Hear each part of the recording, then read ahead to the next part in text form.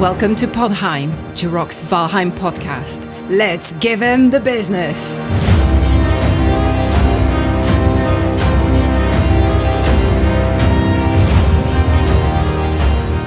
Hey everybody, today is August 23rd, 2022. I'm your host, Jiroc the Viking, and joining me today are my fellow Vikings, Gwen the Shield Maiden. Hi there. Jarl Tolkis. Hello. Shield Maiden, Morning Darkness. Hello. And joining us for the first time, Viking Canaris. Hello. And Izzy the Shield Maiden. Greetings, Earthlings. And joining us again from text chat because of illness is Viking Vaste. Hello, says Vaste. I am the voice of Vaste again. And this time, it's not illness, it's construction work on his roof, which is making things too noisy. Oh, well, it's something. Gwen can be the voice. Thank you so much, Gwen. So I wanted to start by talking with our new podcast guests today, both Izzy and Canaris. And I'm always curious how people come to decide their names, their alias online, their character names. Canaris, can you tell us how you arrived at that for your character name? The Canaris name is actually just the English word for melodious or tuneful.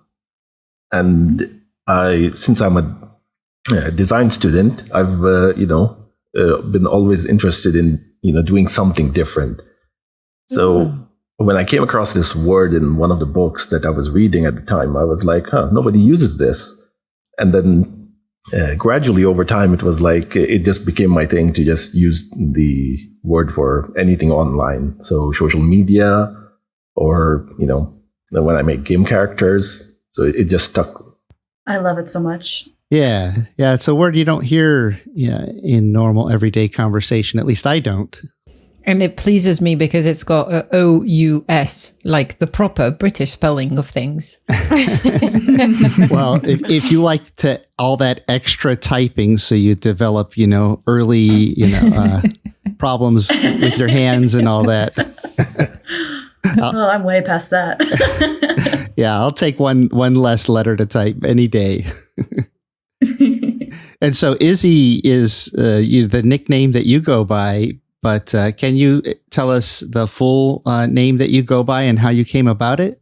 Yes, so the full name that I usually use for my online personas is Izoradel or Izora. Usually Izora, because Izoradel is just really long. And it's completely made up. I just one day was like, I need a name for a character in a book I'm writing, which happens to be Viking inspired. And so I was like, okay, but I don't want it to be like a full-on Viking name because, gotta be unique and different than other Viking stories. So it just kind of came to me. I was trying to find a name with I and Z in it for some weird reason, because a lot of characters in this particular main character's family has similar sounding names like Izora, Itzala, Itzisis, or something like that. So just went with it. And it kind of evolved over time too. Like now, anytime I think of Izora, the character, kind of think of like a ice mage with like icicles in her hair. Like that's kind of like the character itself, even though it's not really the character from the book I originally got it from. And the name stuck, especially on online personas, after I went to a LARPing event, actually, in West Texas during a college. And I just remember telling the people that my name was Izora for the thing. They all thought it was cool. So I was like, okay, I guess we're sticking with it. And that's how Izora and Izoradel came to be. That's awesome. I have another friend who's a writer, and he likes to write, fantasy and horror and sci-fi stuff. And I've always been jealous of how good he was at coming up with character names as well.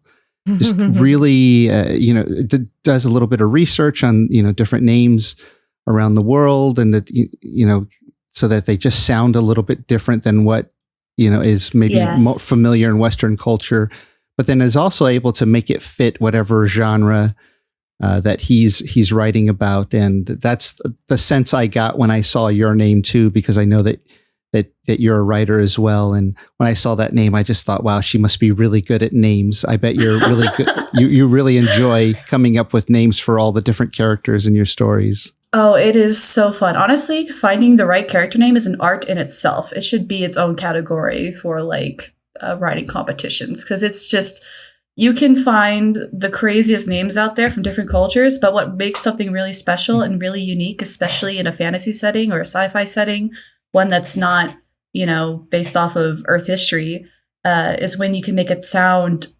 non-Earth, not from here. Not something that it's both familiar but not familiar. So, yeah, I agree. It's definitely an amazing talent if you can come across it. I feel like I'm still learning.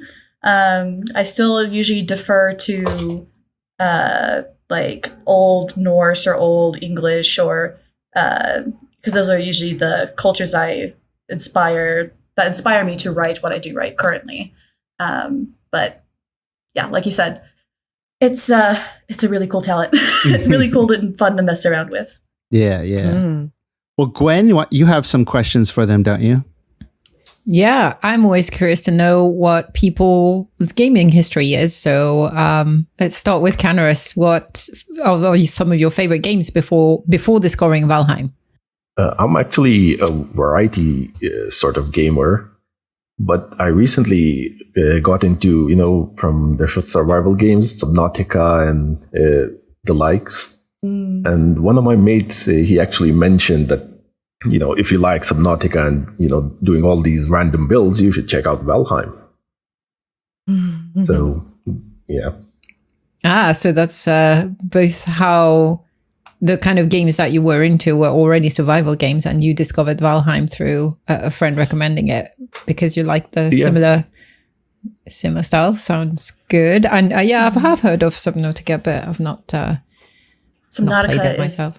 Subnautica is amazing. I haven't played it either, but I watch a lot of playthroughs of it just because I have big thalassophobia, which is fear of like deep water. So me trying to play that would be like trying to work through a heart attack the entire time. Oh no. Yeah, but it's a super, super well-made game. Definitely recommend it. Cool. So Izzy, what are some of your favorite games then? Well, kind of like Canaris, I was into a lot of survival games, but I think Minecraft would have to be like the biggest one before I started playing Valheim. And also just the fact that I really love Norse mythology.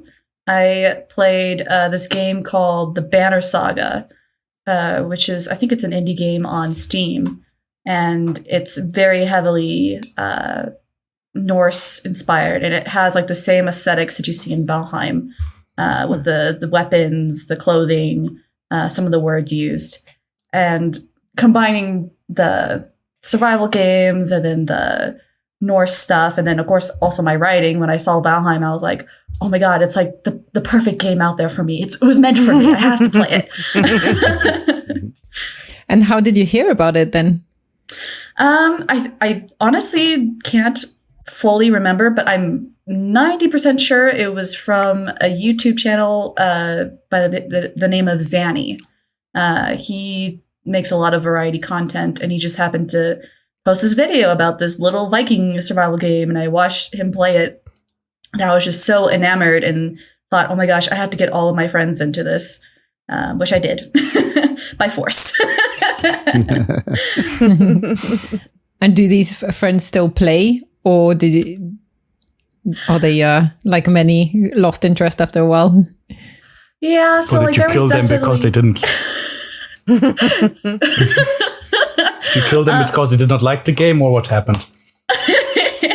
No, so there was definitely that honeymoon phase for like the first few months, and then afterward it just kind of went silent. I was the only one who kept playing for like a year, and it's only been recently now, especially that I've joined Jiroc server, that I've kind of been sharing some of the things I've been doing on the server with my friends and be like, hey, look at this cool stuff I could do on Valheim, and I've managed to get a small group of them and just like 2 or 3 others onto a survival world, but they are not as active as me. I'm full on, because since I'm a writer, a lot of my time is spent at home and on the computer, so it's easy access. But for them who have, jobs outside of the home, it's not as easy to find time to play. And what about you, Canaris? How did you discover Valheim? Actually, through a friend. He kept mentioning to play this game, with Vikings, and it has a really cool building system and all of that. And that was before Hearth and Home. But I didn't pick up the game till after the Hearth and Home update, so it was a while. Wow. but it's like when I picked it up, then I just got drawn into it. I went crazy with the building. I built a whole town on my solo world. Then built a couple of villages with friends, different friend groups. So that's awesome. It got out of hand pretty quick. Yeah. Sounds just like you. So what convinced you to play on Jiroc servers, Canaris? It was after the Build for Baldur's competition. Because I was watching different videos by Jiroc and, Christy and all the other guys who would make the videos. And for Baldur's competition, I don't know what I was thinking, but I had 2 days off and I thought, in these 2 days, I'm going to build the Asgard Palace to scale in Valheim. And it's like the competition was literally non-modded. So it's like I was literally using the pickaxe and, pickaxing away the island to give it the shape I wanted and all of that. Wow. So so literally the 2 days went by so fast, and I was really quickly, I realized, okay, I've, took on this big project and it's not going to be finished, to the point that when I was doing the screenshots and stuff for the front, the part of the palace that goes behind the towers wasn't even loading. It was that big. Oh my goodness. So it's like, I didn't know, I did not have the idea of, how to do all of the fancy stuff with the console to get everything to load. So I'm like, I'll just post whatever I can. It's not going to be as impressive and nobody will know what went into this, but and right after that, somebody posted I think it was Thorin who had the video on the Asgard thing. I'm like, wait, somebody else is also building this? And that's how I got into the whole community. I'm like, wait a minute, these guys build. I want to be on the server now. Yeah, I remember that. That was a cool story because on our side, on Jiroc servers, we had just launched this creative server, a server that is just where you can basically play around on creating the mode just for builds. I think we actually opened that server up specifically for the Build for Baldur competition because we wanted to do a community entry. So we got a couple of builders from our server, and the idea was that we were going to build the Marvel version of Asgard with the Rainbow Bridge and everything. And yeah, it was a whole project. And I think you're right, Thorin did stream a couple of sessions of building on it. I helped on the decoration and the placement of the stuff under the bridge to make it look like a rainbow bridge. I think Urkinus and Thorin did a lot of the building. Baste helped out as well. Yeah, quite a few of us ended up contributing. Kondo as well. I gave ideas from the sidelines. Yeah, and then Jiroc was playing the best role, which was of directing us. He was making us think of the photography, because obviously the submissions had to be pictures. So he was planning out all the different angles, the time of day, what should go where for the things to appear as nice as possible, and still, work within the loading zone and so on for our pictures of the submission to be the best they could. And we all learned so much from it, I think, just from that perspective, the photography, how to play around, in the console to have the best light, best environment and effects and all of that. And Canaris, I think I remember you joined on one or two of the streams, and I remember you commenting, "Oh, I'm also building a Nazgod, but I'm building it on my own, and it's a bit crazy." Oh my goodness! Yeah. And then we somehow convinced you to join us. And then what about It was the palace because you guys managed to, nail it way better than what I was doing. So I was like, I need more help with the building aspect. And then what about you, Izzy? What convinced you to play on Jiroc servers? Well, as I usually do late at night when I can't sleep, I was going through YouTube, and it happened to be a time when I was like, look, I really want to watch a couple of friends goofing off in Valheim. So I was trying to search, multiplayer Valheim, and it just happened that one of Jiroc's trailer videos for the Playground server or one of the survival servers, I don't remember which one it was, popped up, and I was like, oh, I'll just check this out. Why not? It looks cool. And I watched it, and I was just so captivated. I was like, oh my God, this looks epic. I want to be part of this. This looks so much fun.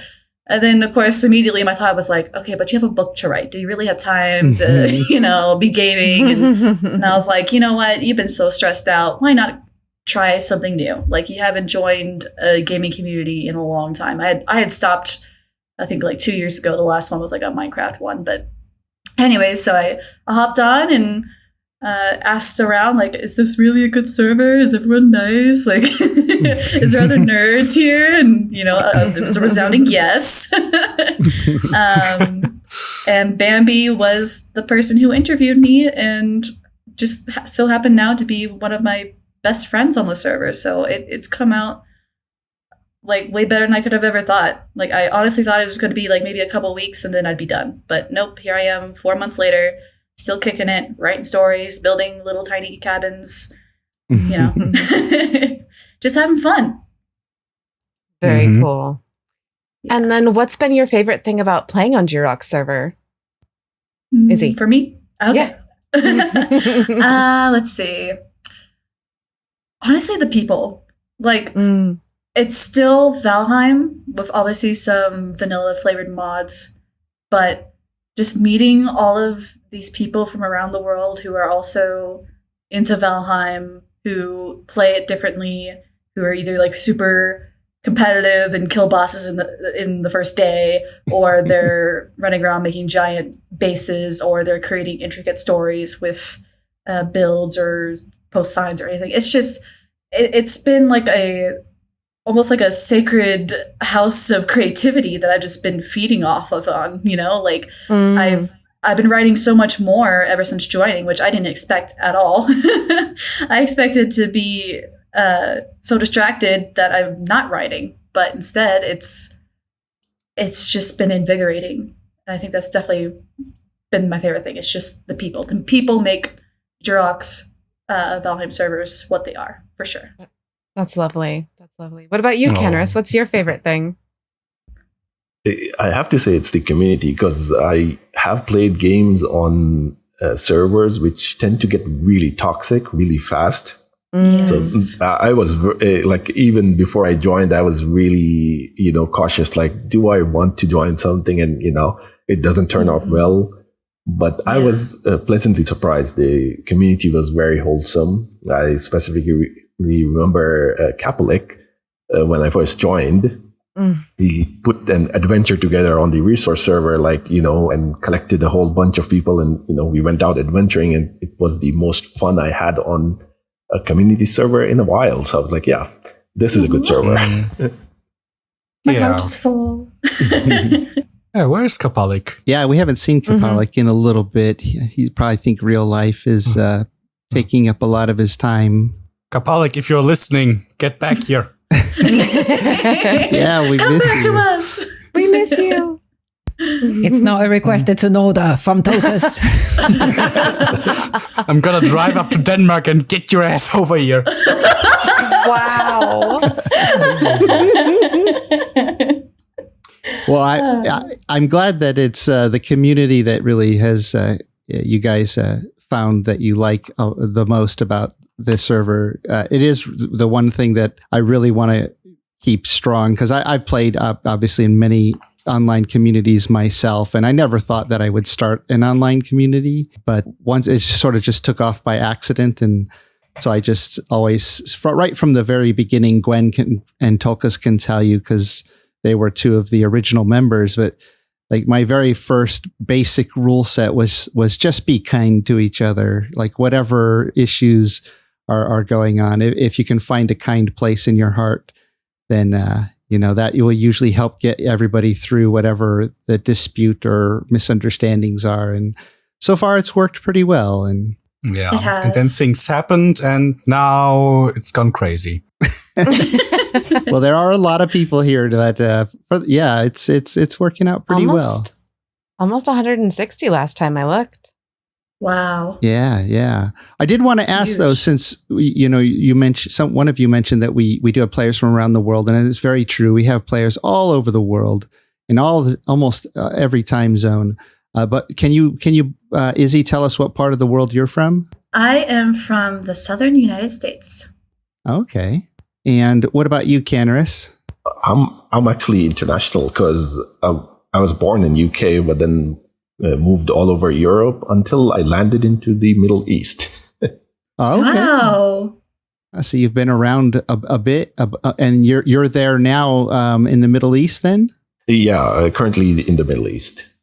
Okay. Yeah. So nice. Yeah, players from all over. And I love that because I do love to travel, and I grew up with an international step parent, and I've always loved exposure to other cultures. I think you learn a lot, and you learn to both value, your own culture and share that with others, but then really value their culture and let them share that with you. It's a wonderful thing when you get that opportunity. And I hope someday to be able to travel around the world to meet some of y'all at maybe a gaming conference or a Viking festival Oh, that would be fun. So I definitely have not traveled as much as I would like. I haven't been out of the United States besides one accidental canoe trip across the Rio Grande to Mexico. You traveled from the United Kingdom to Mexico, or what happened? Oh, no. I'm from the southern United States.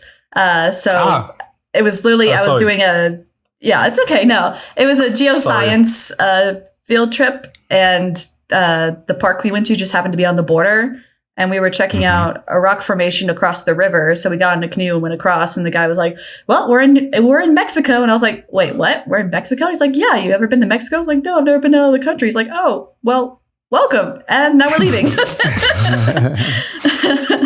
So that's been my international experience. Yeah.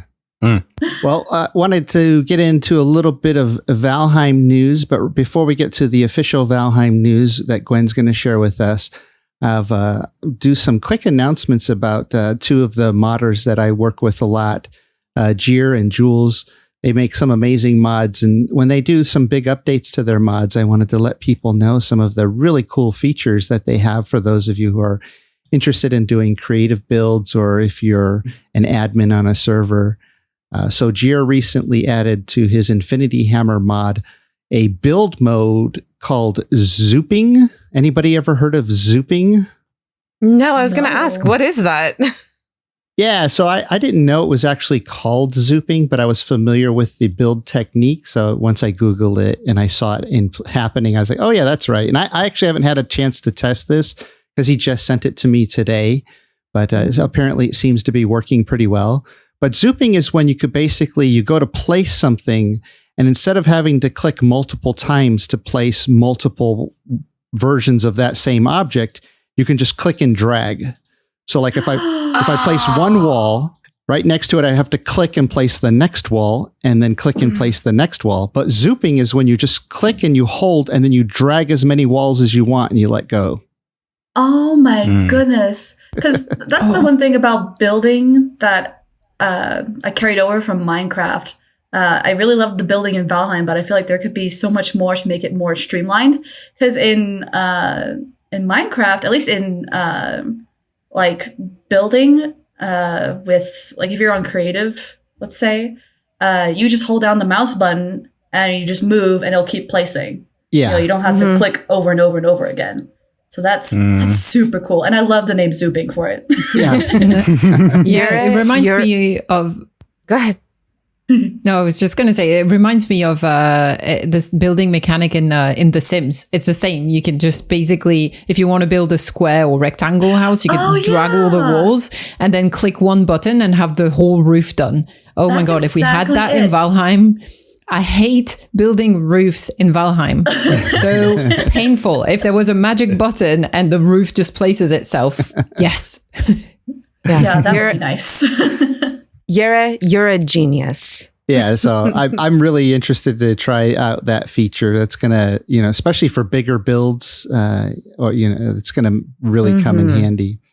And then Jules, who does the plan build mod. He added a feature so you can actually copy and then delete sections. So, sort of in the same vein where instead of having to click each and every individual piece to delete it, you can select an area or select multiple pieces, and then you can just delete all of them at once with one click. So you don't have to delete every single piece individually. So again, that's another feature that I have yet to test, but he just released that. And at least in beta, he sent to me. I'm not sure if it's gone public yet, but I'm sure it will soon. So 2 very cool features. Thank you for that. Yay. Those guys are awesome modders. And Gwen, what's in Valheim news this last week? Yeah, so a lot of the Valheim news this week or this past week have come from social media, so Twitter and Instagram. And there was one that was posted on actually today? Was it today? No, it was a couple of days ago. Grimcore, one of our favorite devs, posted that he was working on a new armor concept for the Mistlands. I think it was a follow-up. I remember seeing that message, his initial tweet a couple of days ago. So I think he just posted a follow-up today. But he is starting, he posted a couple of days ago, just from memory. I can't find the tweet now, but from memory, he was saying that he just came back from vacation and he is putting his feet under the desk and basically starting work on new concepts for Mistlands armor. Yeah. And so... Yeah, so that was, he just confirmed today that he was carrying on work on that, and he jokingly posted a preview, which is a super pixelated blob of color, and it's like, oh great, I totally know what that is. It's just a blue thing. Yep, I have it pulled up right now. yeah, it's a little troll from Grimcore, but it does look like he's working on armor. But I think the thing that surprised me a bit is that they're only working on concepts now. So I know they had a lot of the weapons fleshed out. So I thought that, I guess maybe armor is the next kind of batch of items that they are focusing on, and then maybe doing like each category of items. Well, that's what I think it's easier to come up. Well, it's easier to. I think it's easier to come up with a set of armor than to come up with some interesting weapons. Yeah, because you have to do the animation for weapons, whereas armor, it just has to follow the body. So as long as you have the image and connect it to the skin, like, it's fine. Yeah. And if you want to come up with any designs, you basically Google. There are so many different designs you can draw inspiration from regarding. Yeah, basically it's just a. But I guess you're right. Yeah. The armor doesn't behave differently like weapons do, so there's less even in the coding and the programming itself. Armor just gives you extra hit points or extra like characteristics, but that's all things that you can code in rather than have to design. So it's not like a weapon you need to design the animation for it. You need to make sure that if there's special effects like a poison and stuff like that the like the poison bow, that it's going to affect that other object that you're hitting and so on. Armor is just, I guess, a bunch of numbers and, characteristics on the character sheet itself. So I guess maybe that's what they're tackling now. But it makes me wonder how far into the design process they are if they're only doing the armor now. But And for all of those who will comment and say, when is Mistlands coming? We don't know. We don't know. No one knows. And I'd rather stop speculating at this point and just see how they get on. Yeah. Or if Tolkien's words, shut up. Shut up and focus on your builds and just think of all the great things that you'll build with the marble, the new black marble. And exactly. But we had also an official Valheim tweet from the official Valheim game social media pages saying that this week a new Valheim cooking extension is taking shape to give your kitchen a Mistlands suitable upgrade. Any guesses as to what it could be? And they've attached an image of a kitchen.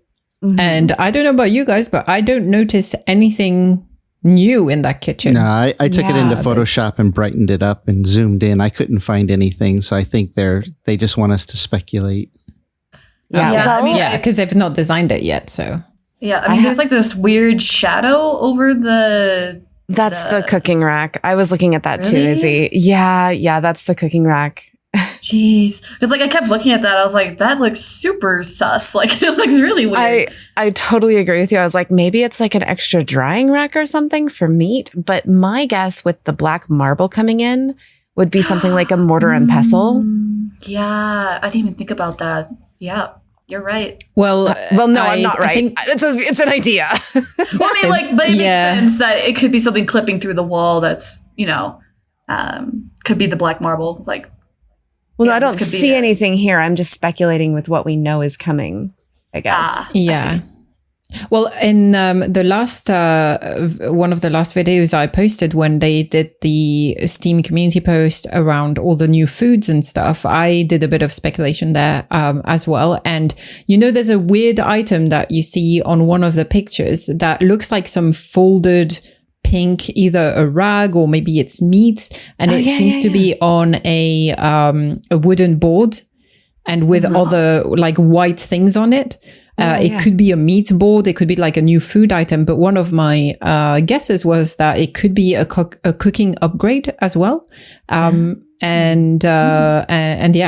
don't know what it could be. If you want to hear my thoughts on all the new foods and stuff, you can go check out that video on my channel. But I was expecting a new cooking. Yeah, shameless plug. But I was speculating that we would probably have a new cooking upgrade because it makes sense. We've got loads of new materials. We've got new foods. So to unlock the new foods, you probably need to have a new cooking upgrade to be able to process the new ingredients that we're getting. So maybe it's a meat tenderizer. It could be what that. What about the cheese? What about the cheese? Yeah, it could be that. I think a lot of people have been speculating for a while. Oh, we don't have a meat smoker. Maybe something to process fish. Maybe someone in that thread in response to the Valheim post, official post, commented a rice cooker, obviously, and that made me laugh. And I just want to take a quick break from the show to share with you one of my sponsors, the Grimfrost, an amazing company that sells really, really cool Viking products. They have over 1,000 different modern and historical Viking products. If you're interested, you should check them out. I have a link in the description, or you can go to my website, jiroctheviking.com/Grimfrost. Now back to the show. Well, and just today, too, they posted a PTB patch on the public test branch over on Discord. It's a very, very small patch. They just say that there's some minor changes and they plan to push this out really quickly here. So we may see it within the next week or so. But they say they added a failsafe where the game won't load a world if the .db file is missing. So I guess they're having some problems with that and they're fixing that. But really the big news is from this little patch is they're disabling the Midsummer items already. What? Yeah, in this coming patch. So build all your crowns and all your maypoles and any future sites you might build at. If you want a maypole there, just go around and start placing maypoles everywhere. That's sad. What? Yeah. To be honest, I can't say I'm a fan of this whole disabling thing. I don't know. Just Well, it's also hemisphere biased, right? Because when Exactly. the southern hemisphere, their summer is during our winter. So they're celebrating midwinter, I guess. Yeah, they're gonna get flower crowns when it's snowing outside. I mean, what the heck? I know. I just finished filling a black metal chest with flower crowns yesterday. There you go. I should do that. Yeah. I have to do that now. Gosh darn it. Oh, and one other announcement I forgot to mention. I did hit 10K subs today, finally, after more than a year, like a year and a half of a YouTube channel. Congratulations. Thank you. So we'll probably be planning something special to celebrate that here in the next few weeks. We want to put together a couple of fun things, including a live stream face reveal, maybe some games, trivia, discussions, taking Q&A from whoever it wants to join us. So we're going to put something together and you'll see a post about that soon. So keep your eyes out for that. Sounds like a lot of fun. Yeah. And then a couple of new videos that we posted over the last week. I didn't do any edited videos, but I did do a live stream was it Wednesday or Thursday of the tiny house build competition. And that went really well. I think we had 17 or 18 entries, some really amazing designs. And we have one of the first place winners here with us today. Congratulations, Izzy, on your first place tiny house build. Thank you. It was honestly a shock. It's the first time I ever entered into one of your competitions, and I was just like, oh, tiny house, it can't be that hard, right? And then you guys come in, and I'm watching the live stream, and I'm like, oh my gosh, they love it. Oh my gosh, they love it. And I'm like dancing around the house like a nerd. So it made my day. So thank you. Yeah, no, it was absolutely awesome. And I definitely, I want to blueprint your house as well as some of the others so that we can maybe do something special with them in a future seasonal server. Especially if Jir Kusla has said that he might be able to get blueprints to spawn randomly around the world. It might be a feature that he can work in. I mean, obviously some complication with terrain and whatnot, but that would actually save us a lot of work on the admin side, because right now we have to go around and manually place them. But if I say, I want 10 of these tiny houses to spawn randomly around the world, that would be awesome. Yeah, that would save a lot of time. A lot of time. Yeah. And so, Gwen, what have you been doing over there on YouTube? I did another no-map stream, still on the search for bone mass. Still haven't found it. Maybe got a little bit lost in the process. Jules joined us for the second time. Yeah. And I can't say he didn't die, because he did. I died. But it was fun. Well, I saw you guys dumped him out of the boat and let something kill him. Oh no! Oh, that was blame the others. I was right there with Jules in spirit, if not in game.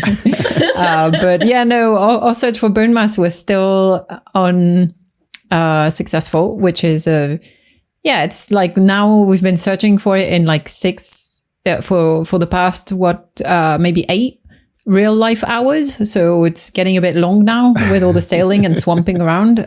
So I think we have a good idea. We've narrowed down the zone where he should be. So we just need to really kind of check out the whole swamp and make sure we didn't miss the altar on our first visit. And I'm also working on another video actually of the tiny house build competition.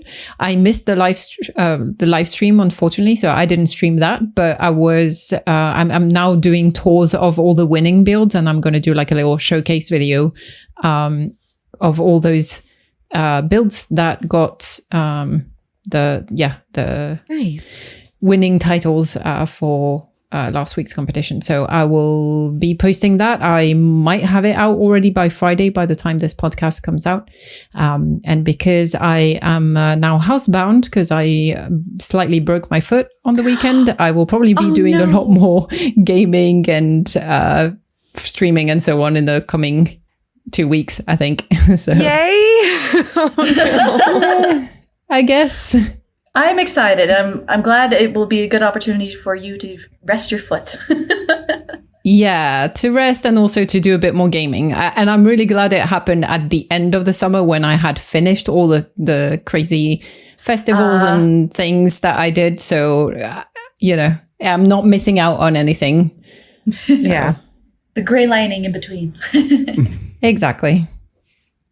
Well, Morning Darkness, what's been going on over Twitch this last week? I've been busy.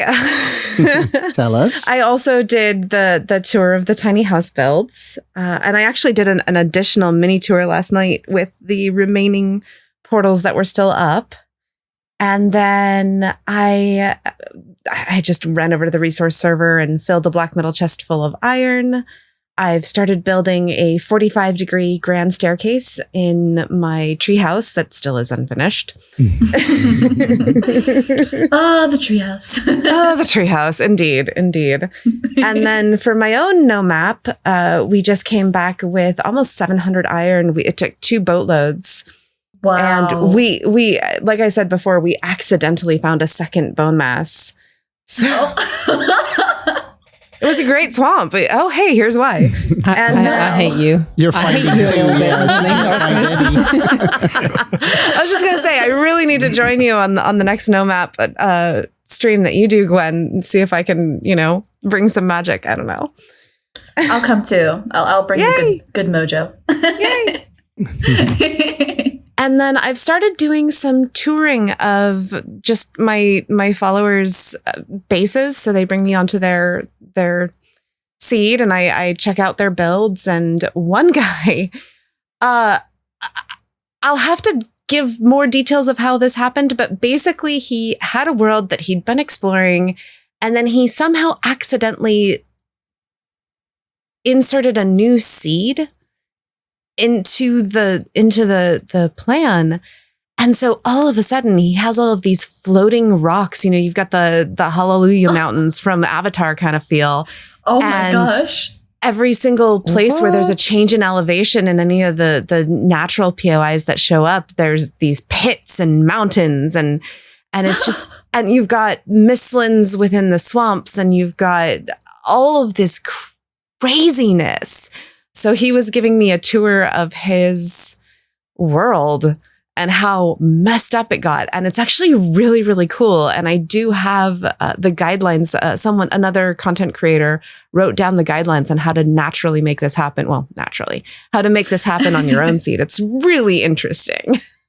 Man, nice. that reminds me of, in Minecraft, I don't think it's in the game anymore, but in older versions, there used to be this place that you could go to if you travel tens of millions of blocks to like the border of your world. You'll find like this really weird, glitchy terrain because there's so much of the world loaded by that point that it just messes with the code, I guess. I can't remember what it's called. It's either called the Endlands or the Borderlands. I don't remember, but there's been a few YouTube videos of people who literally just spend the entire time trying to get to that end goal to see those crazy looking mountains and floating bits and pit holes. And then of course your computer is like chugging at like two frames per second, Yeah. But that's what it reminded me of. That's interesting. Yeah. And Gwen, did Vaste get any new videos up this week? Vaste, yes, he got the video he promised around the Gortha's trial by ice. So he was Gortha's solo fight against Moda. So he posted that over on his channel. And I think his channel is Vaste, VHASTE. And I think he's got also his other name, Zakir, which is ZAQER. But if you type Vaste, you should find him. I think we also will have the link to his channel on the description of this video. Yeah. That sounds like an excellent title for a short story, I must say. The Trial by Ice? Yes. Yeah. And Morning Darkness, what's been going on the server this last week? Well, so first of all, we'd like to announce and welcome some new members. So we have, Gwen, stop typing. I can't see. This past week, we have greeted Blessed, Phil Bob, and Valshur. I think that's how it is. I didn't type in correctly, but it was Valshir. I'm so sorry, I'm mispronouncing it terribly. You got it. Valshur. I don't know. I got nothing. Yeah, welcome. Welcome. And Gwen, on behalf of Vaste, what to report on server news? Yeah, so a couple of events and activities done by members. We had a raid to the new Nuomi hotel by the undead armies of Admin Vaste and the undead general, which is Gortha's alter ego. And I think Vaste very proudly debuted his alter ego, which is the character that he now uses for admin events, called Aris. Yeah. And he will try to conquer this barbaric world, this new Aris character. So we now have the undead general from Gortha and Aris. And I think, Tolkus, when you were still running events, you had Sorta. Yeah. And I'm still hearing my punchlines when I'm in the voice channel with some people. What was the punchline? Well, I prepared some lines for certain situation, and I prepared one line for the first guy to die. And this happened to be Brudek from my clan. And so I was flying over him. I saw, oh shit, I died. And then I flew up and said, only the weak die first, like you. And he still pulls that line out on me whenever we are. Yeah, whoever dies first, this is the most Tolkus thing I've ever heard. I love it. That's awesome.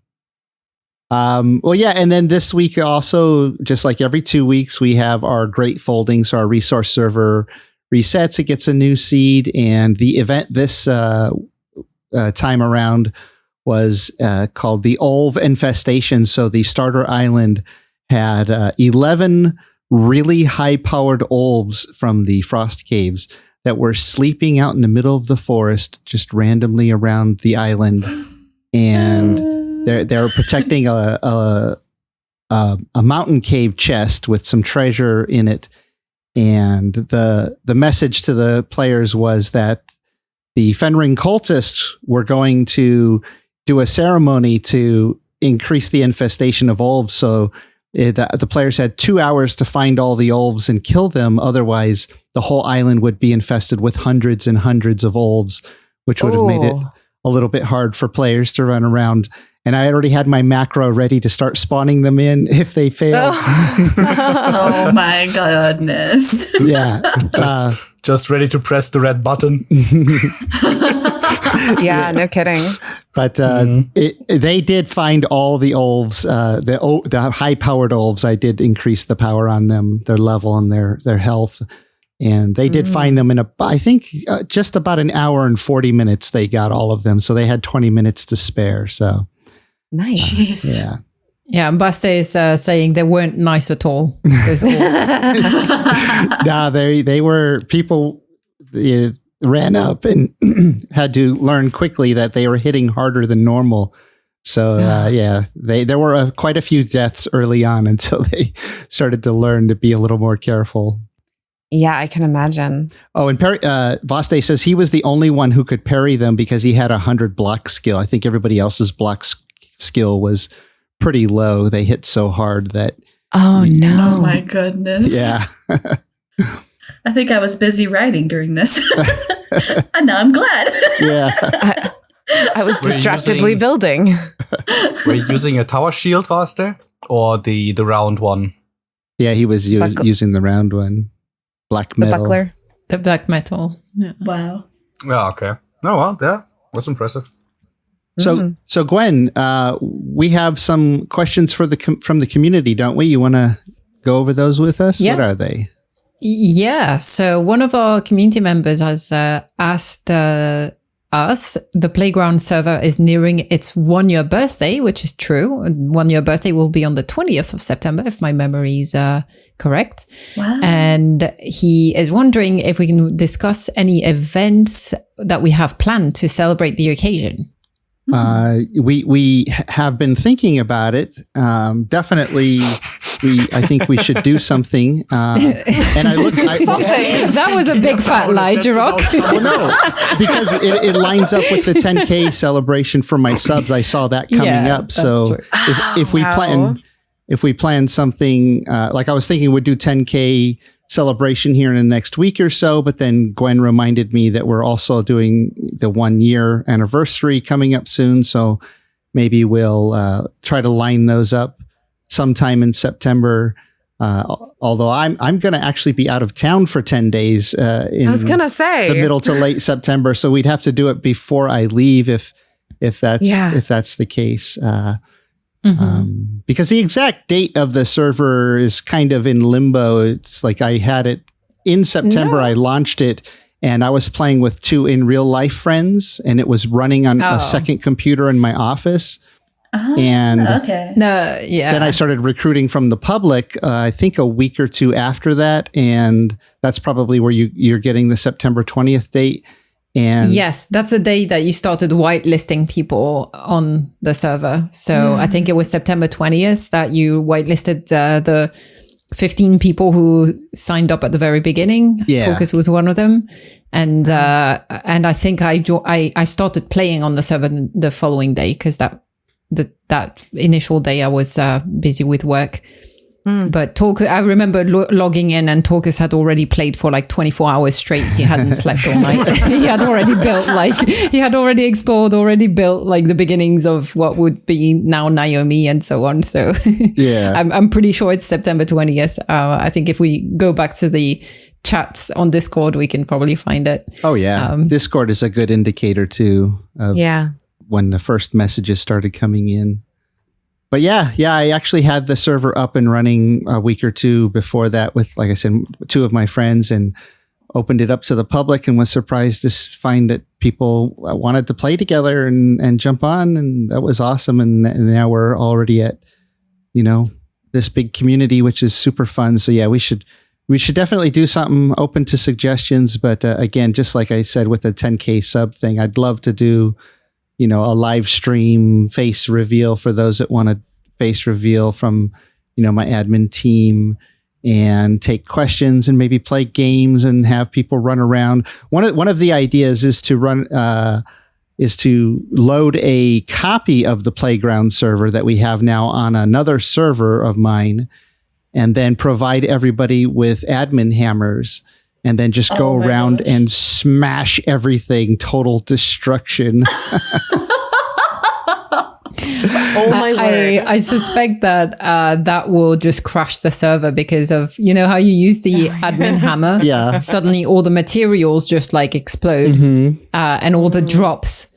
Funnily enough, I did that yesterday. There was, I was on my admin character on Playground touring builds. And then there was like this build that was never finished, built by someone who left the server months ago. And it was obstructing the view of another player's base. And it was right in the middle. And I thought, you know what? I'm just going to get the admin hammer out. We're going to destroy it and dispose of the materials. So I did it. I think I even caught it on recording. I might post a video of it. I thought I crashed the server because my game just completely froze. Yep. And I was like, oh crap, I didn't think of the drops. I didn't think of the materials. And it was fine. It was just my computer almost crashed the game. But yeah, if we did that, I think the server wouldn't survive multiple people going around with destroying lots of things at the same time. But a demolition of Naomi, as they're suggesting, would be quite a fun thing to try. I just have this meme in my head about the dog sitting there on a chair and everything around him is burning. This is fine. That was my favorite. I use that meme all the time. Yeah. And any other questions from the community, Gwen? Yeah, similarly, same person is asking similarly, we'll have players approaching 1 year of membership of the server. Have you thought about ways to recognize players on the Playground server, to recognize their birthdays on the server? Well, that'd be a lot. Yeah, that's, I don't know if that'd be a lot of work to go through and figure out exactly when they joined the server. But I'll tell you what, like most things, we only have so much admin power or time available to do things, whether it be running things behind the scenes or, events and locations in the game. So we turn to the community. We have community managers who help with organize events, and we hope that the players will run events. So, I would say if that's something that you're interested in doing, then definitely, because I would love to have even more community run events going on. So if someone wants to put together that database and then start searching through, like you could make it a little bit easier for yourself by looking at September messages and finding all those people who joined in September, because you'll see their posts and welcome messages. And then you could do the next month and the next month, as the months go by, to make the task a little easier. But yeah, if somebody wants to do that, I'll help support with, whatever I can. And I'm sure the admin team will too. But yeah, that's a community thing. And that's what makes this so great, is there are a lot of community run events. So if the community wants to, get together to do something like that, I say go for it. Sounds like a challenge. I'm up for it. So now we're going to talk about some of the things that we'd like to see changed or added to Valheim. An amazing game, early access, so many things yet to come. But if we had the magic button to make something change or add, what would you do, Morning Darkness? Oh, well, I mean, I have to admit that I've never played on a solo world in Valheim. I mean, I've played alone because people abandon the worlds that I join. I think it's just me. Maybe I smell. I don't know. But I wish that the lag issues weren't so bad. Even when you just have a couple people in the same area, if you have someone in the United States and then you have someone in Europe in the same area, it really seems to slow down and cause some issues. And I would really like to see a way to get that addressed, but I don't know enough about programming to really make any good suggestions. Usually I like to offer constructive criticism than just like, this sucks, fix it. Like, that's terrible. But because there's such a rich element of playing with other people, I would like to see that be something that's improved sometime in, the full release. Yeah. I can totally agree. Well, yeah, they pretty much never intended for it to be, like a big multiplayer game, just a few friends here and there, and probably your friends that in real life, so they probably live, close to you or within a few hours in most cases. But yeah, I think the game is more amazing than maybe even they realized, because look how many copies they've sold, and now everybody wants to play, and people want to play together. The more and more I hear from all the new members like yourself, and most of the members, is they enjoyed playing with a couple of their friends, but they want to play once their friends lost interest. They still wanted to play with people. So the online community is even more popular, I think, than they were thinking it would be. So yeah, I think that all those network things is, whatever because obviously there are other games out there, big games that can handle lots of players during really big events, big MMOs, Minecraft, World of Warcraft, Guild Wars, all this stuff can handle lots of players and big events. So, give it some development time. It's still early access, but yes, that's my dream too. Oh yeah. Gwen, I know you love coming up with something to change or add every week to Valheim. What would you? Yeah, so add? I've delegated that to Vaste, who kindly wrote something for me. Okay. Thank you, Vaste, because I can't come up with anything otherwise. And he's saying, apparently, I want parrot companion the same as for the pirates in movies. Yes, please. I would like a parrot. That's a great suggestion. Then I mean, they have it in designs. Minecraft. I was just going to say that, Izzy. I loved when they added parrots to Minecraft. I had so many parrot pets. It was awesome. Same. And then the fact that they can dance when you play music, it's just like, oh my gosh. It was so Dancing parrots? Yes. Yeah, absolutely. And Basti is saying, I know Gwen too much by now. Yeah. Well, Izzy, what about you? Something you'd change or add? More character customization. Yes. Yeah. Like that's the biggest thing for me when it comes to any kind of game where you kind of make your own character. It's like customization is such a big thing because it's kind of your identity in that world. It's how you see yourself. It's how you know, like if you're big into role play, that's huge. But also I just think they can do so much more with like the hair, maybe touching up on some of the skin tones and body sizes, like, and then of course, like having more outfits. Like obviously the armor is great, but I would love to have just some cosmetic stuff once in a while, you know? You know what I've been thinking about? Mm-hmm. I like to kind of go berserk with my character, just dive in and in the middle of the fight. I like to run around naked sometimes. I would love some body paint. Yes. Yeah. Yes. I was just thinking that. War paints, yeah. Yeah, Yes. or tattoos for that matter. I don't know. Yes. Yeah. Yeah, Vikings. any kind of. Yeah, just any kind of tattoo. Vikings had tattoo all over the place. Yeah, Conan Exiles added war paints to the game, Yes. and they actually carried magical properties too, like little buffs and things. We wouldn't even need that, but it would be That would fun. be cool though. Yeah. Well, what about? I hate to be Tolga's the person who goes around, well, actually, but I don't think there's any archaeological evidence of tattoos on Vikings, unfortunately.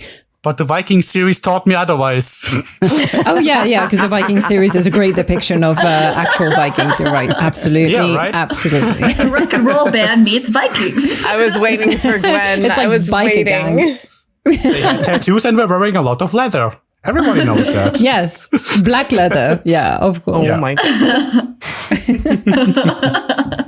Well, Tokus, if you could change or add something, what would it be? Well, who just made the point about playing by yourself and Me. wanting darkness? Yeah. This game is kind of meant to be played like a solo game, but it feels really empty for a single player game. So I would love to see either like more mini bosses that would like we see on the survival server. With the mods that let some, what was it called? Storm one or something, like a raid where you get chased by a werewolf and his minions.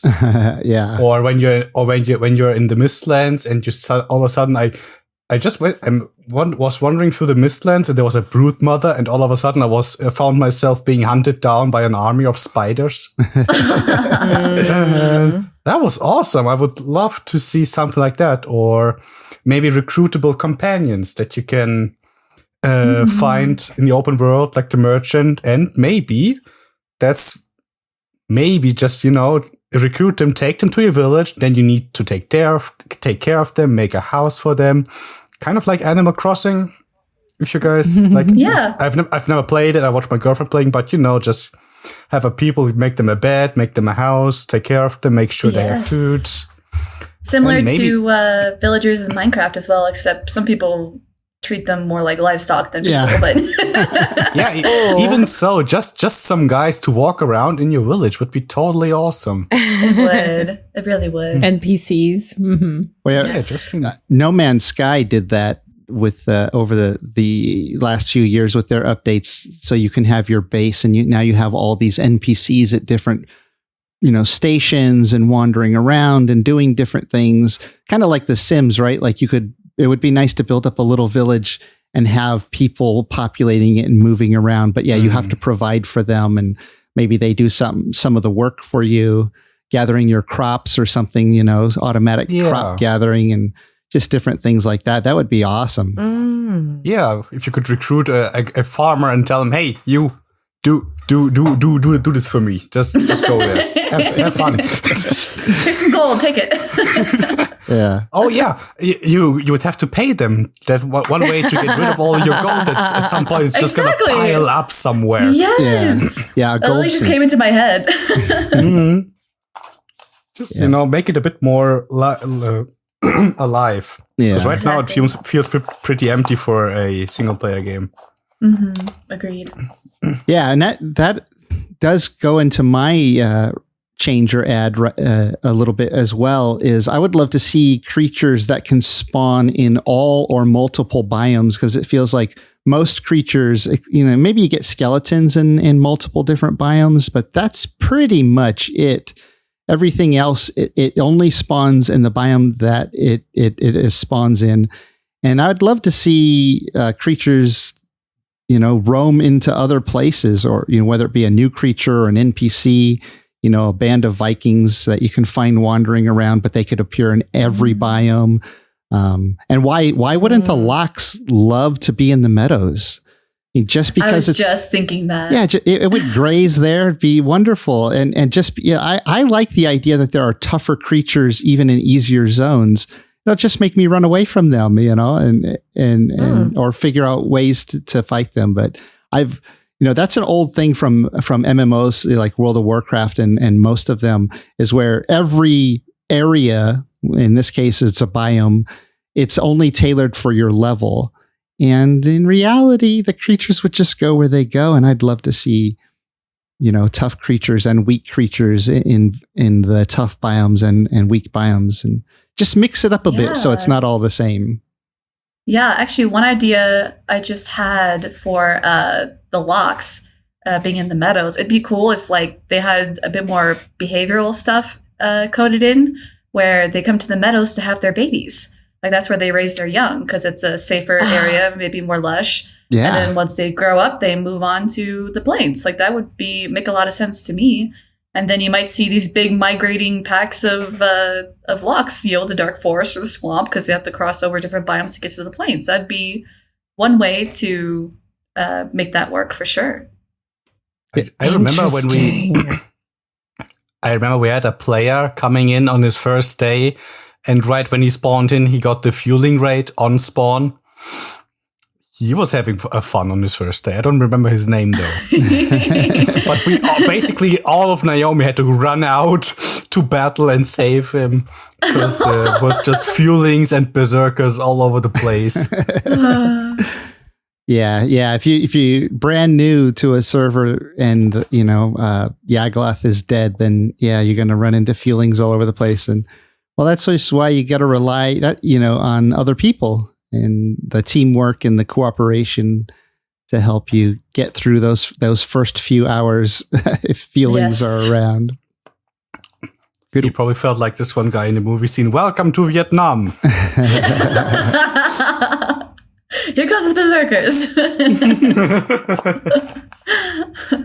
Well, we have 7 of us on today, so 6 of you are going to be playing our Valheim trivia game.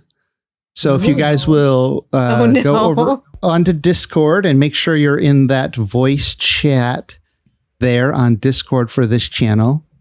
And I'm going to take the first correct answer. So I'll read out the question, and you can type the answer out, or you can wait for the letter and then type the correct letter. But obviously, if you know the answer, typing the answer might come before the letter, so you can score early. I'll be taking the first correct answer. Sorry, I just snort laughed at Vaste's comment when everyone joined that voice chat, and he's like, "Hello, welcome to my dark room." Normally, he's the only one in there. Finally, people, civilization.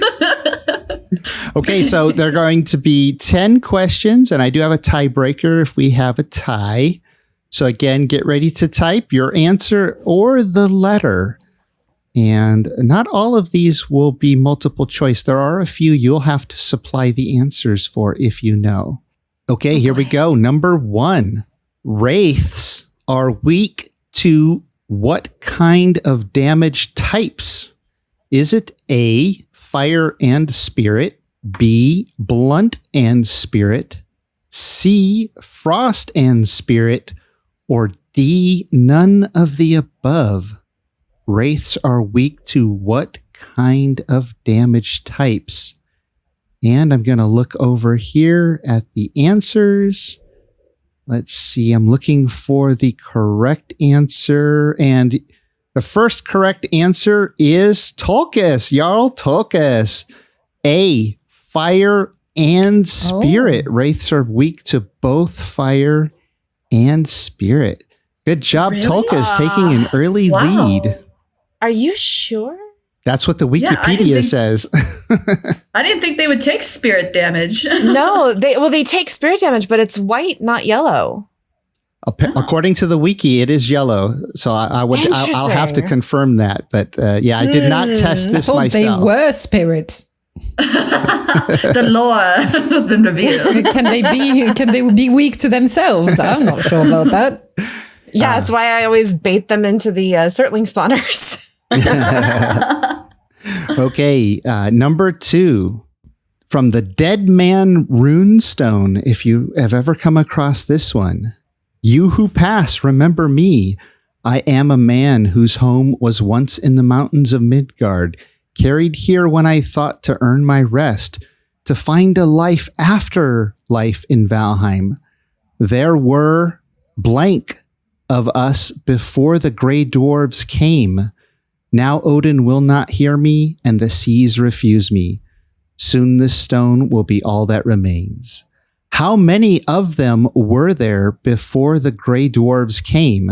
Was it A, 3, B, 5, C, 7, or D, 9? There were blank of us before the gray dwarves came. Polishing up on my reading comprehension skills. I'm just guessing. No idea. I remember reading it, but it's been a long time since I found another one. Yeah. I almost typed like hundreds or thousands because I thought it was something like that. I'm glad I didn't press I enter. remembered it being 6, but that wasn't an option, so I knew I was wrong. Well, yep, I see. It looks like most of you have tried to send in an answer here, and it looks like the last answer by Gwen is the correct one. There were 7 of nice. us before the gray dwarves came. The 7 theme pops up everywhere. I should have known. Good job, Gwen. It was kind of a hint, though. 7 dwarfs.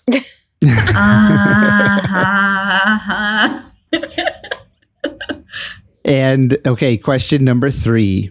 This is from the Frostworms runestone. Let you who read me be aware of the Frostworms, one of the most ancient kins, sprung from whose body were the Frostworms sprung from A, Odin's, B, Freya's, C, Ymir's, or D, Thor's body?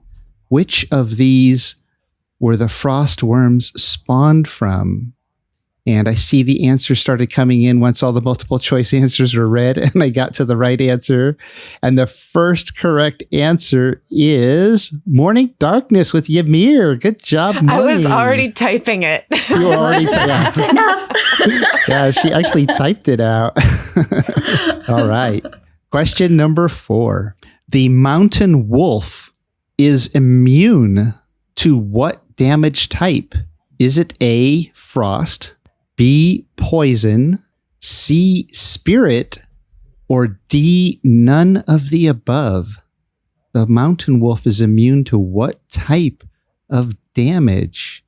And now I'm going to look over at the answers, and Vaste of the Mountain Wolf clan answered spirit. Good job, Vaste. That is the correct answer. They are immune to spirit. Unfair Interesting, I advantage, didn't know Judge. that. All right, question number 5.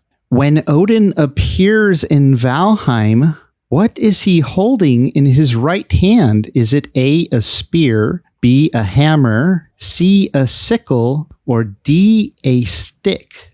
Let's see. When Odin appears in Valheim, what is he holding in his right hand? Let's see. A stick or staff will be accepted for that last one, because a stick or staff is the correct answer. And it looks like Tolkas with a typed out answer. Good job. I've seen this guy way too many times to forget. Let's see, what other kind of answers did we get for that one? Let's see. I was about to put staff, and then he said spear, and I was like, oh no, spear must be right. I just must have seen it wrong every time. That's why I chose spear. I was wondering if someone would pick it. And Gwen thought he had a sickle because, he kind of reminds me of death, death in the background, the Grim Reaper. Grim Reaper. Yeah. Yeah. Well, Creepy. Side note, the spear is his weapon, but when he appears, he usually appears as a grey wanderer with a staff. Yep, a staff. I said a stick, but I should have said a staff, but yeah, exactly. Okay, this next one will require you to type out the full answer. There are no multiple choice for this. So here we go. Number 6. In order to craft the crystal battle axe, you need 3 different materials. What are the 3 different materials? You do not need to say how many, but if you can get all of the materials in the quantities, I'll give you a bonus point. But you just need to name the 3 different materials that are required to make the crystal battle axe. So let's see. I'm looking over here at the answers. See, Morning says silver, crystal, and core wood. That's not correct. Vaste said silver, crystal, and fine wood. That is not correct. Tolkas said crystal, ancient bark, and silver. Tolkas with the win again. Wow, Tolkas. Awesome. On fire. Yeah, let's give a little update on the score as we end with question number 6. Gwen with 1, Morning with 1, Vaste with 1, Izzy and Canaris with 0, and Tolkas with 3. Yeah. You need to get some correct answers as you're going to catch up to Tolkas here. Okay, question number 7. The Fenring cultist is weak to what damage type? Is it A, spirit, B, poison, C, fire, or D, none of the above? The Fenring cultist is weak to what damage type? A, spirit, B, poison, C, fire, or D, none of the above? All right, let's see. Looking over at the answer, looks like Tolkas says that they are weak to fire, and Tolkas, that must be why they keep killing you, because they are actually very resistant to fire. Forget if it's resistant or immune, but it's one of those two. Makes sense because they do shoot fire at you, so it would be kind of weird if they were weak to fire. I was wondering. Yeah, I thought fire at first, and I think that's what's getting me confused, is that no, that's probably what they're immune to. Yeah. Oh, yep. Looking at it here, I have the page up. It does say that they are resistant to fire. Okay, I'm looking at all the answers, and I don't see the correct answer, which is B, poison. Fenring cultists are actually weak to poison. So what? Oh, bring your poison interesting. I could have bet they were weak to fire. Oh no, they're resistant to fire. Yeah, because they cast fire at you. Yeah. Yeah. So what? Humans can make fire; they still burn. Well, and when you make the armor from them, right, you get the fire, some fire resistance. So. Yeah. Yep. So swap out your fire arrows for poison arrows next time you go into the frost caves, everybody. So no correct answers there. So nobody getting any closer to Tolkas. All right. Question number 8. I'm going to read the text from a runestone, and it's quite long, so I will stop as soon as the correct answer is typed. What is this runestone referring to? Long ages ago, the world of Valheim was home to a race of proud and noble people, and Morning Darkness is really familiar with this because she already typed Draugr. Only two options. There were only two options. Grey Dwarfs and Draugrs. And quick on the keyboard, Morning. Good job. No, you have to understand. When I do streaming on Twitch, like I'll go and find these runestones and like use my storyteller voice and read this runestone out every time. Yeah, because I'm so obsessed with how deep it is and how every single ruin currently in Valheim is based on the Draugr people before they were the undead. Yeah. Mm-hmm. And that's why That's really cool. That's why you find Draugrs in the mountains and the castles, and Yeah. Well, good job there. All right. So question number 9. The growth in the tar pits is weak to what damage types? A, frost and fire. B, blunt and spirit. C, blunt and fire. Or D, none of the above. I'll read those out again in case anybody missed them. The growth is weak to what damage types? Fire and frost, blunt and spirit, blunt and fire, or none of the above. So let me look over here. I see. Right down to Gwen with the first correct answer. The growth is weak to both blunt and fire. That's what you want to use when you're out there fighting the growths in the tar pits. Good job, Gwen. Woo, Gwen! All right. Well, we're coming down to question number 10, the last question. Gwen and Morning Darkness with both 2. Tulkas has 3. Can one of them answer correctly to catch up to Tulkas for the tiebreaker Come question? on, Gwen, we got to do this.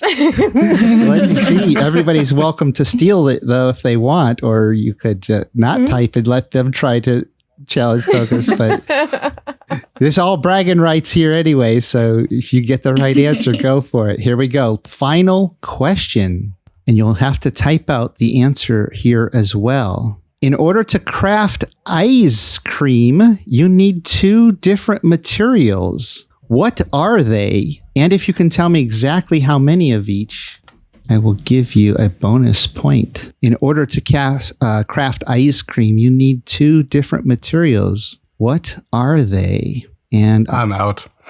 I'm looking over at the answers. Seriously? And Gwen, Woman power!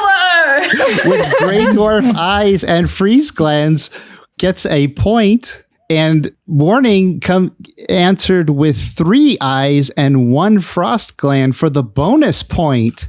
Oh my goodness. Nice. We have a 3-way tie. So let's see who can answer the final tiebreaker question to win it. So this is only for Gwen, Morning Darkness, and Tulkas for the tiebreaker. Here we go. On May the 4th, 2021, Jiroc released a Star Wars parody video. Which Star Wars movie did he parody? On May the 4th of 2021, Jiroc released a Star Wars parody video. Which Star Wars movie did he parody? I'll name the movies. Was it A, Star Wars? Some call it A New Hope, but that wasn't its original name. Was it B, The Empire Strikes Back? Or was it C, Return of the Jedi? Let's look over here. And Morning answers correctly with Empire Strikes Back. I was typing Star Wars. I lost too much time there. Yeah, you typed out Star Wars, The Empire Strikes Back. So that gave Morning time to get her answer in first. Congratulations, Morning Darkness is our champion this week. Woo, woo. Ooh, well done. That was Congratulations. full title. Honestly, this felt like a Valheim class crash course. Yeah, as Baste pointed out, a unique winner every week so far. Yeah, well, GG. Well played. GG easy. Well, Reported. we've come down to the end of our podcast, and we'll just give a really quick little tidbit about each of us for the people less than 5% of the audience who made it this far. Real quickly, we don't want to spend too much time, but real quickly, if you'd like to share, we're talking about a scar or tattoo that we have, how or why we got it. So if you want to share one of those, Morning. This is normally a long story, so I'll make it short. Yes. So I have a scar under my eye. I tripped on a carpet and fell face first into the corner metal track of a computer desk. And almost lost my eye. Super, super close. Oh my goodness. Long story short, it went to the bone, 14 stitches, 3 internal stitches. Ooh. I was 16, and my cousin could have driven me to the hospital, but I had her call the ambulance instead because I was afraid of the car ride with another teenager driving me. Oh no. Because there was blood everywhere. They had to go and get the youth pastor down the street, and he came and he sat by my side. "Are you okay, child?" And I said, "You're here for them. I'm bleeding. I'm fine. I'm fine. I need you here for the other teenagers because they are losing their minds." Oh, wow. I was like, oh, I'm laying on the floor. I'm like, oh, this is what shock feels like. Okay. Because I had lifeguard training, so I knew what to do, but I couldn't do a lot of it for myself. It was, oh my goodness. I mean, there were hilarious hijinks. Like the story in its full thing. I have people in stitches for like an hour. Wow, that sounds like a great story. We'll have to hear the longer version at some point. Well, Gwen, what about you? Any tattoos or scars you want to share with us? So before I get on to my answer, I must say lumping together scars and tattoos is quite an interesting thing because tattoos usually you're consenting and taking it's like something you do for yourself. Yeah. A scar though, you're rarely consenting to it. Interesting. You're not consenting. Lumping it together. Yeah. No, so I don't have any tattoos, but I do have a lot of scars and bruises, especially on my knees for some reason. I must have fell a lot as a child. I do have a scar that has a bit of a backstory to it on one of my fingers. And it is the only full-on hospitalization I've ever had. And it's the tiniest scar and the tiniest injury. I got bit by a pet rat that I had just because I used to have pet rats. Weird, I know. But they're lovely. They're like mini dogs. I love. I think they're cute, honestly. Yeah, they are very cute. But anyway, that one was like a kind of a rescue or rehomed. So it wasn't super used to being handled, and there were guests at home and a bit too much going on, and I think it got a bit spooked when I tried to grab it and carry it, and so it bit me on the finger and quite deep. And I went to a pharmacy first to get it cleaned out. And because I mentioned, it's from a pet rat, they were like, "Ooh, okay, it might be, because it's from an animal, you might need to go to hospital to get it de-infected properly and so on, just in case." And again, it was the tiniest, it's less than a centimeter. The hole itself was like really tiny. Like half an inch. But they had to put me through a full anesthesia. So basically knock me out and keep me like for 2 days. Just because, and the reason for the anesthesia is even scarier. They were like, so it looks fine, it's just your hand, but we have to put you under full anesthetics just in case, the infection has spread and we need to do something to your arm. And I was like, what? Is it in case you need to chop off my arm? What? So, but everything was fine. I was out of hospital really quickly and I now have this little scar on my finger that reminds me of my pet rat that I handled wrong. That almost took your arm, I guess. I mean, hello. Yeah. Wow. Izzy, what about you? A tattoo or scar? Well, I really want a tattoo, but I have not been able to afford one yet. But soon. I have one scar on my scalp, that I got when I was a kid. For some reason, I got into a rock throwing fight at a construction site with a couple of boys.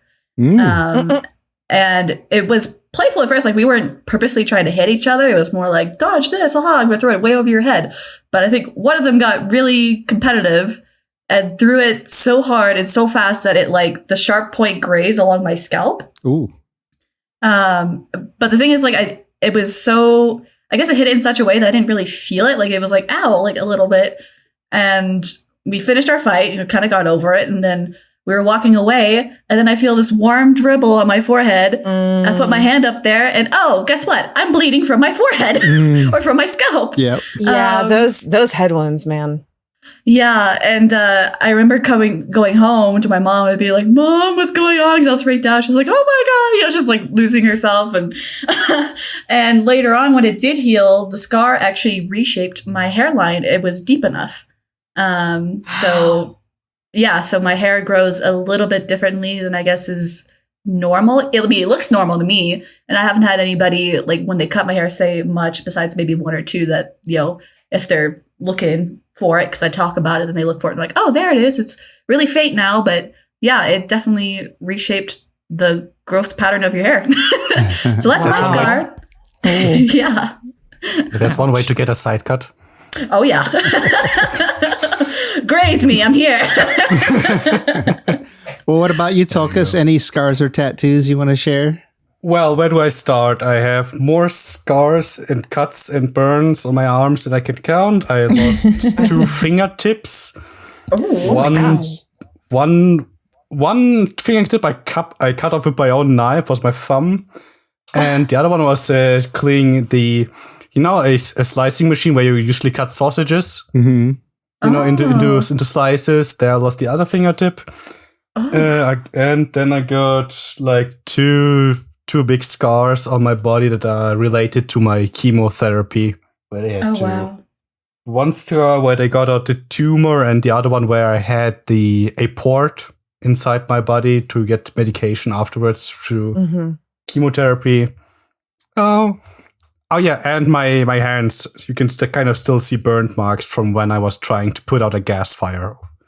Oh my gosh. Oh my gosh. They tell a lot of stories there, huh? Yeah, I was trying to we had an event, we had a gas grill, and I was trying to, clean it all up, and then I didn't know what I was doing, and I blew it up, basically. Managed to blow it up, and I caught my face and my hands caught fire, but it's just my hands that you can see some slight marks. It's not too crazy, but you kind of look at my hands and like, what's going on down there? Well, I'm glad you're okay after all that. Am I? Oh, yeah. I mean, you're still mostly whole, just missing a few fingertips and maybe a little bit of flesh here and there, but you're still whole. Oh yeah, and I have a wolf tattoo on my right arm because every kid that just turned 18 wants a wolf tattoo on the right arm. Oh yeah. Every 18-year-old gets one. Don't we all have them? My boyfriend actually has one, no joke. I think it's on the right side of his arm too. You see? I think someone else in the community also has one. I don't know if it's the right arm, but yeah. Well, I don't have any real tattoos to speak of, and my biggest scar I talked about on a previous podcast where I explained how I scalped myself when I was in the Navy, but you have to go find that podcast if you want to hear that story. But I still have this little tiny dot on my leg that happened almost 40 years ago. So it's a little tiny, I don't have any tattoos except this one little tiny dot that's I don't know, like the size of the tip of a pen or something, but you can still clearly see it. So I was in the 5th grade and we were visiting another 5th grade class. The 2 classes came together to do some arts and crafts together.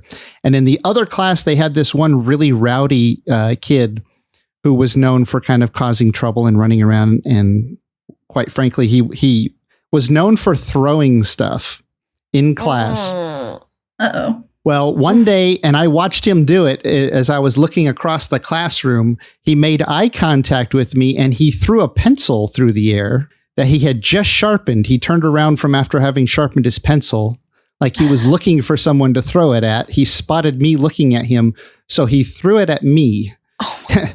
It spun through the air and it stabbed me in the leg right through my jeans. And oh my goodness. I remember it hurting quite a bit. And of course, the teacher, scolded him, sent him to the principal's office. And I think he went home for the day. But I was bleeding down my leg just a little bit, because a pencil went through, but it was really sharp. It went really deep, probably a quarter of an inch or so in. And now I have this little like bluish, gray dot on the front of my shin of my left leg. You have a graphite tattoo. Yeah. I recently asked someone if those count because I also have a graphite tattoo in my kneecap. Okay. I have one on my thigh. This is so weird. I have a very similar story, but I think I stabbed myself in the thigh somehow with a pencil.